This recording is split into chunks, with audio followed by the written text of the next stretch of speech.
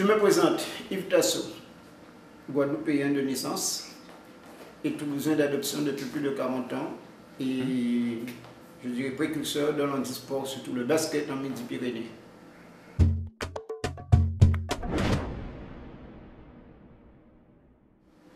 C'est la fusion de deux associations, dont l'une de Toulouse et Muret. Donc la première s'appelait la SHPRT, Association sportive des handicapés physiques de la région toulousaine, qui a fusionné avec la SMBH, l'association muretaine. Et ça s'est fait en 92. D'accord.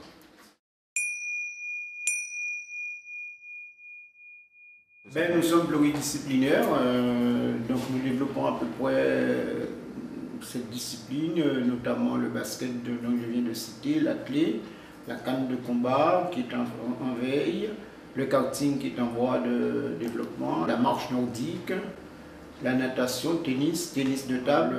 L'association a un palmarès quand même assez conséquent dans pas mal de disciplines.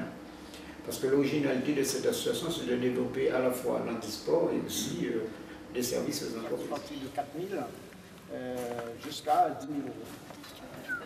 Le matériel de sport. Et un fauteuil électrique, ça peut aller jusqu'à 17 000 euros. 30 000 euros, Même plus.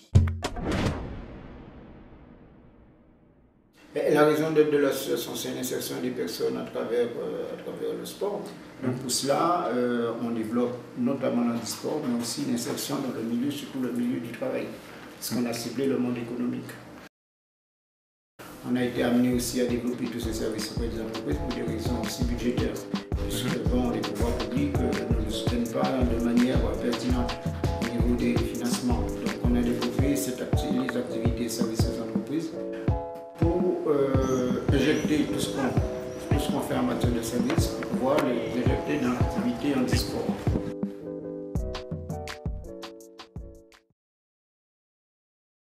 Nous offrons aussi des services de diagnostic accessibilité pour les entreprises, des locaux et tout ce qui est aménagement de postes et ainsi de suite.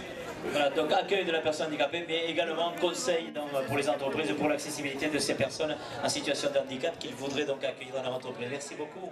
Merci beaucoup. Ben, notamment le diagnostic, puisque bon, il faudrait que les lieux soient accessibles pour pouvoir insérer les personnes en situation de handicap, qui est loin d'être le cas.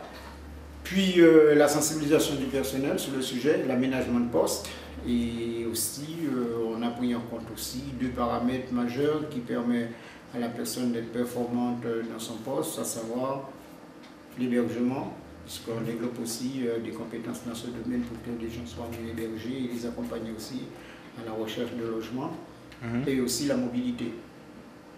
On a mis en place aussi un pôle de mobilité pour faciliter le déplacement des personnes.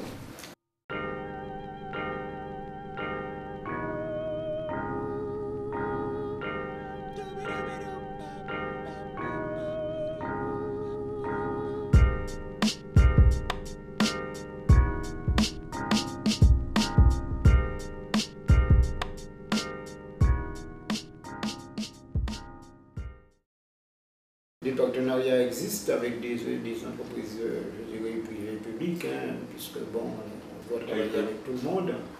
Donc on peut les citer, la Banque Populaire, on a INEO, RDF et d'autres entreprises.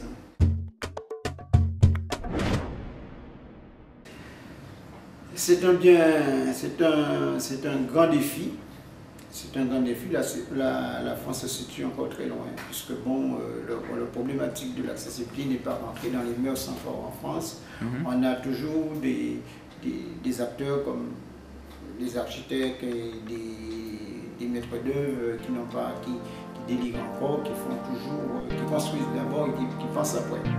Donc on est loin du concept de la Suède, du Danemark.